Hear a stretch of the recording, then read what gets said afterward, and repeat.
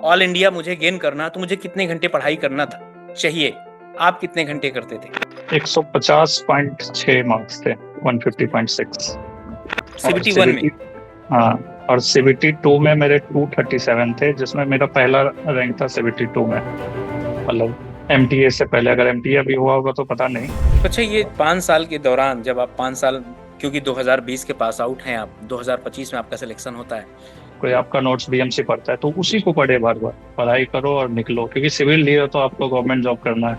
तो आप government job करो। प्राइवेट और जॉब बहुत कम है। फाउंडेशन बैच से मैंने बहुत कुछ सीखा, बीएमसी वगैरह वहां से पढ़ा तो बहुत बेनिफिट हुआ हम्म। इसके लिए। मतलब जिससे बहुत सारे क्वेश्चन मिले भी उसके एग्जाम में। रिएक्शन क्या था जब आपने अपना रिजल्ट देखा? आपका और आपके पेरेंट का क्या रिएक्शन था? क्योंकि एक बहुत प्राउड मोमेंट होता है वो। सर रिजल्ट देख के इतना स्ट्रगल था लाइफ में, इतना दिन हो गया था तैयारी करते करते, तो रिजल्ट आने के बाद मतलब अच्छा महसूस हुआ और आंख में आंसू भी आ गए थे, मतलब खुशी से। और पेरेंट्स भी काफी खुश थे। हेलो दोस्तों, नमस्कार। स्वागत है आप सभी लोगों का इंजीनियर अड्डा के ऑफिशियल प्लेटफॉर्म पर।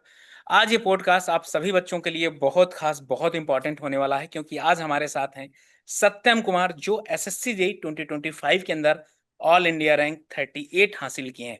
अगर बात किया जाए, ये अभी अरुणाचल प्रदेश में जेई भी हैं, अभी हाल फिलहाल में इनकी ज्वाइनिंग हुई है, लेकिन इसके बाद भी इनका डेडिकेशन बहुत अच्छा था अपने गोल के प्रति, क्योंकि इनका एक सपना था कि मुझे सीपीडब्ल्यूडी में ही सिलेक्शन लेना है। फाइनली 2025 में अपने थर्ड अटेम्प्ट में 38 रैंक हासिल किए हैं। आज हम सत्यम से जानने वाले हैं कि क्या कंसिस्टेंसी कितना ज्यादा इंपॉर्टेंट था, नोट्स कैसे कहाँ से बनाए थे, कितने घंटे पढ़ाई करते थे, इंपॉर्टेंट सब्जेक्ट कौन कौन से हैं, और सीक्रेट फॉर्मूला क्या है जो इन्होंने अपनाया था। तो सारे पॉइंट्स पर बात करने वाले हैं। सबसे पहले सत्यम, आपका इंजीनियर अड्डा पर स्वागत है। Thank you sir, good evening sir. Good evening and congratulate you of इतनी अच्छी रैंक लाने के लिए। Thank you so much sir. तो कैसा फील कर रहे हो भाई अभी? अभी बहुत अच्छा लग रहा है कि रैंक आ गया, रिलैक्सिंग फील हो रहा है कि एकदम रिलैक्स था कि कुछ हासिल हुआ है लाइफ में। इसके बाद क्या कभी अच्छा आपने लग रहा ऐसा सोचा था कि आपकी रैंक, इतनी अच्छी रैंक आ जाएगी? है सर। एम तो था कि रैंक लाना है, सीपीडब्ल्यूडी जाना है, लेकिन ऐसा नहीं सोचा था। लेकिन जब आंसर किया है उसके बाद तो लग रहा था कि आ जाएगा, उसके बाद तो लेकिन लग उसके ही पहले जाएगा। तो हाँ हाँ। तो अगर मैं आपसे पूछूं कि फर्स्ट रिएक्शन क्या था जब आपने अपना रिजल्ट देखा, आपका और आपके पेरेंट का क्या रिएक्शन था? क्योंकि एक बहुत प्राउड मोमेंट होता है वो। सर रिजल्ट देख के इतना स्ट्रगल था लाइफ में, इतना दिन हो गया था तैयारी करते करते, तो रिजल्ट आने के बाद मतलब अच्छा महसूस हुआ और आंख में आंसू भी आ गए थे, मतलब खुशी से। और हम्म। पेरेंट्स भी काफी खुश थे, तो बहुत अच्छा लग रहा था, बहुत अच्छा फील हो रहा था। तो मम्मी या पापा ने क्या बोला था वो वर्ड की जब आपका सिलेक्शन हुआ था? पापा ने बोला, I am proud on you. खुश है तुम्हारे सिलेक्शन पे बहुत। वो बोले कि वर्ड्स नहीं था, इतने खुश थे पापा।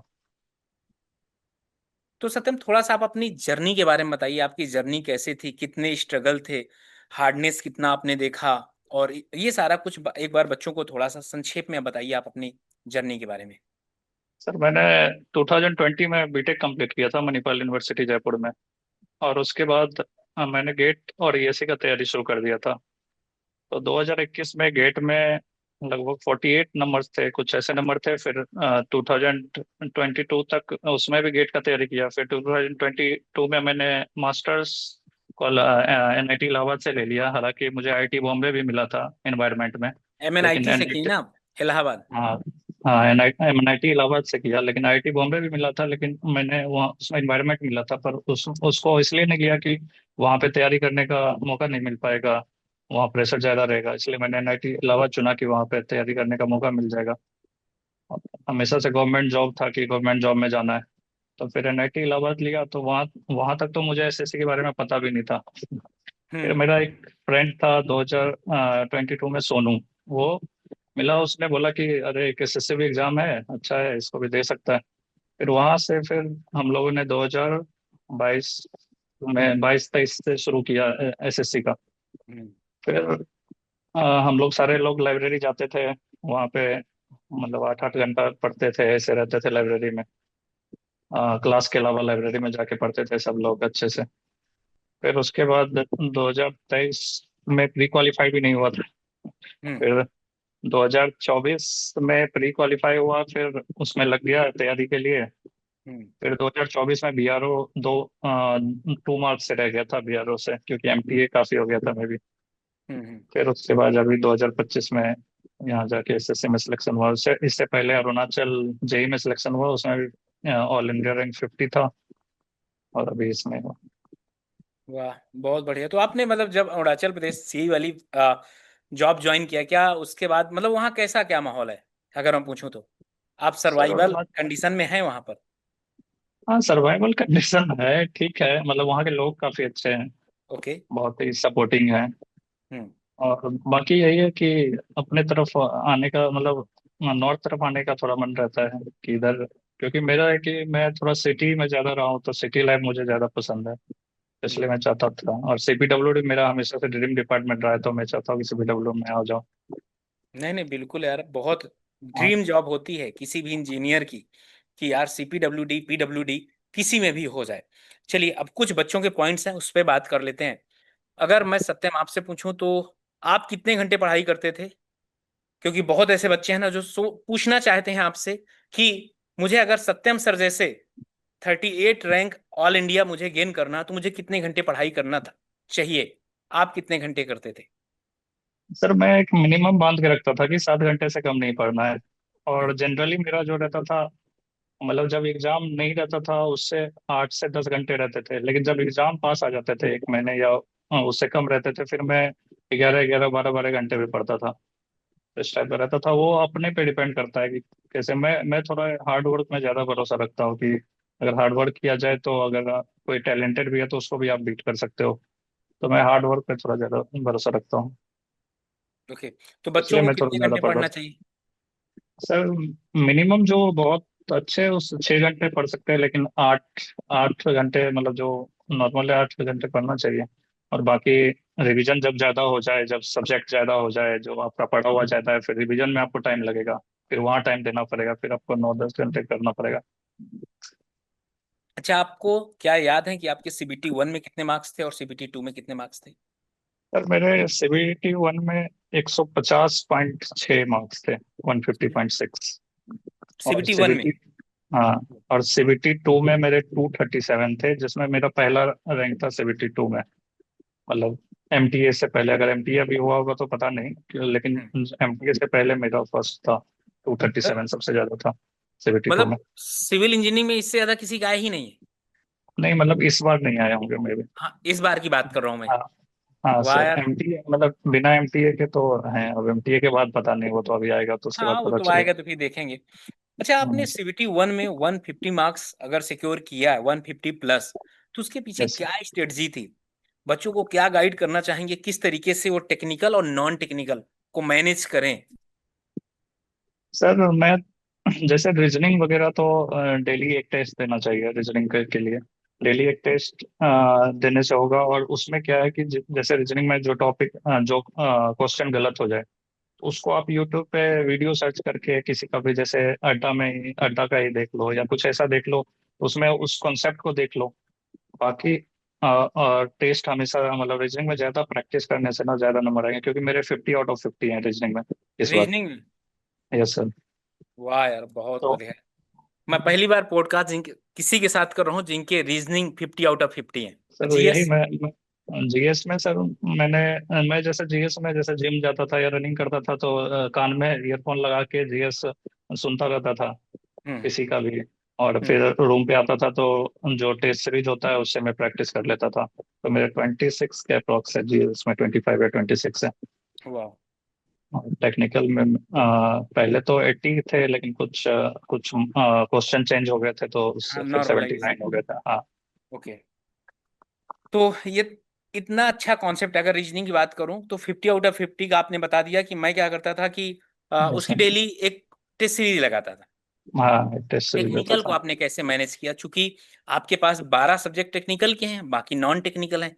एक साथ तैयारी करना चाहिए कि पहले टेक्निकल फिर नॉन टेक्निकल? किस तरीके से, क्या मतलब पूरा सिस्टम है, एक बार बताइए।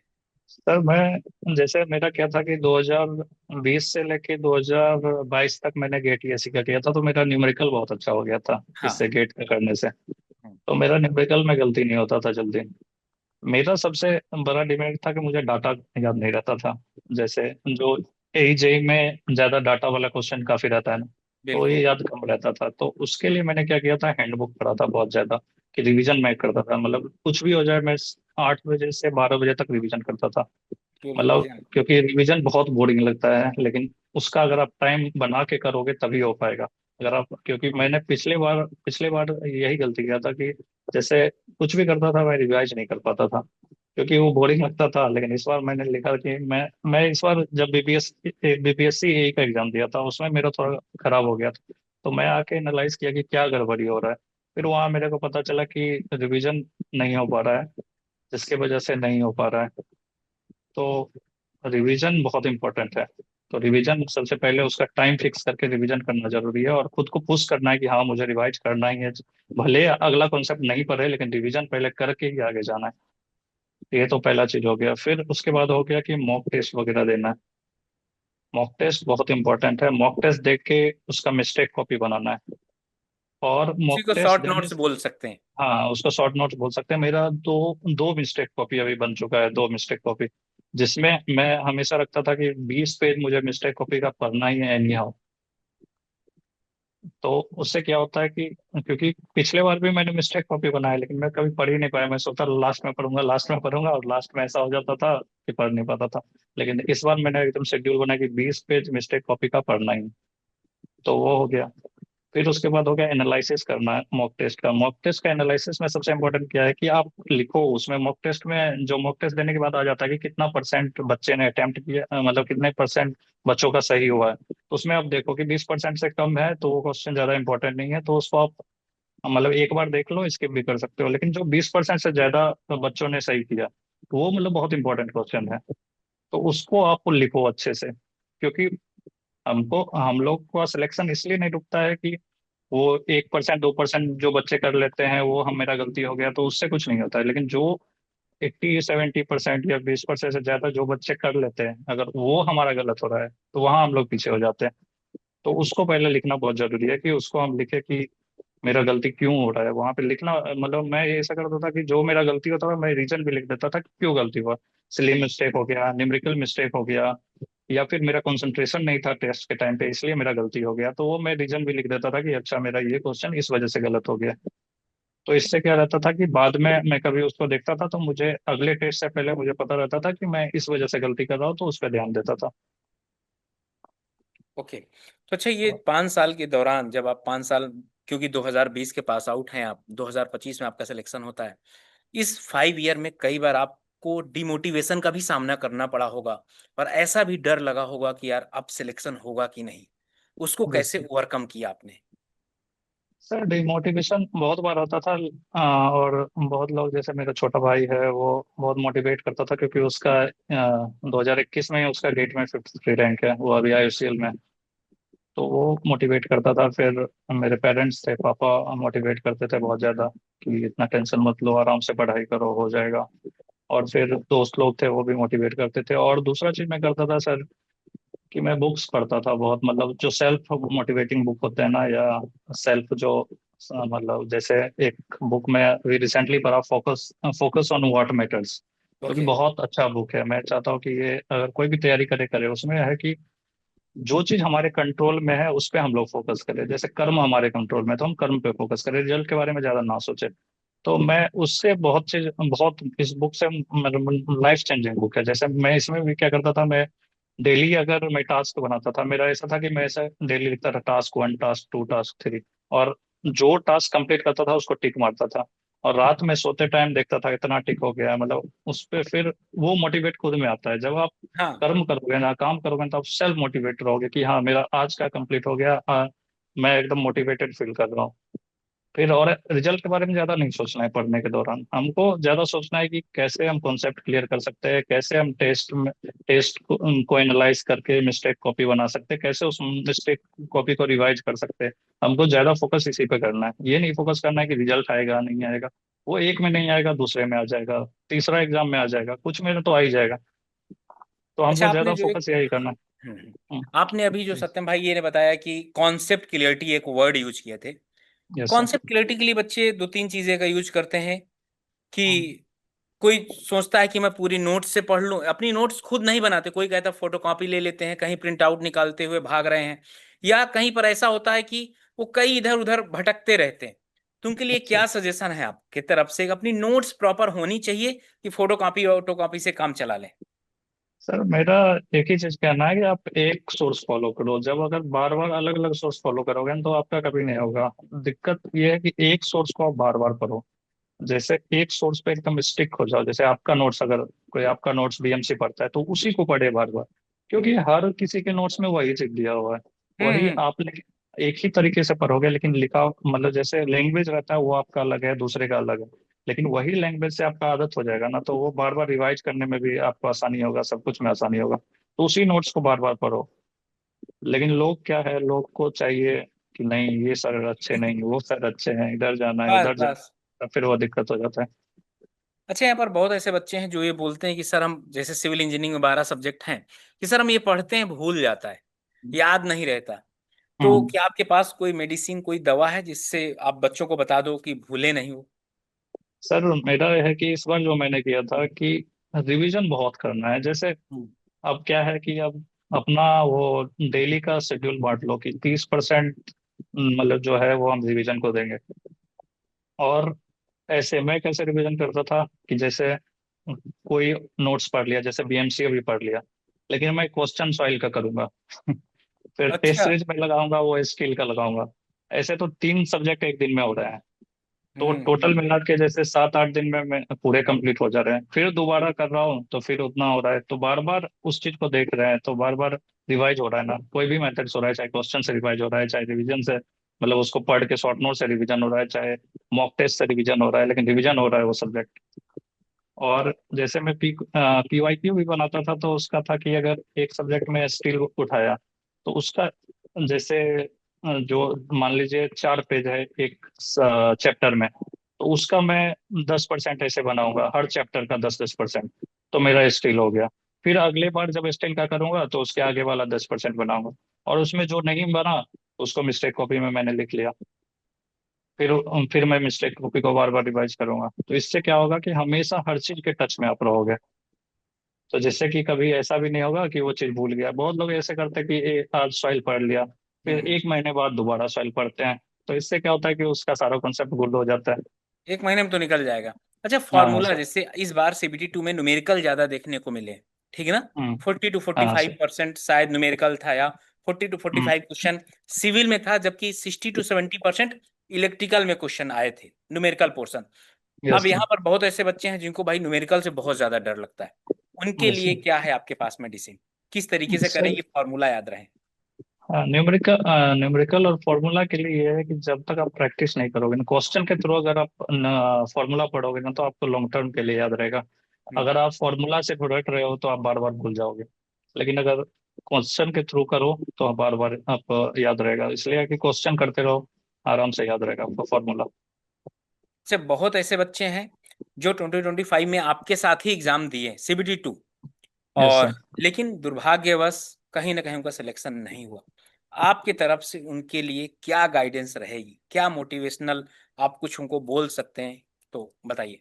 हाँ सर, जो आजकल का ट्रेंड है, आजकल लोग बहुत मेहनत कर रहे हैं। आजकल जो देखा गया है, मैं भी लाइब्रेरी जाता था तो मैं देखता था लोग बहुत पढ़ रहे हैं, मेरे से भी ज्यादा पढ़ रहे हैं।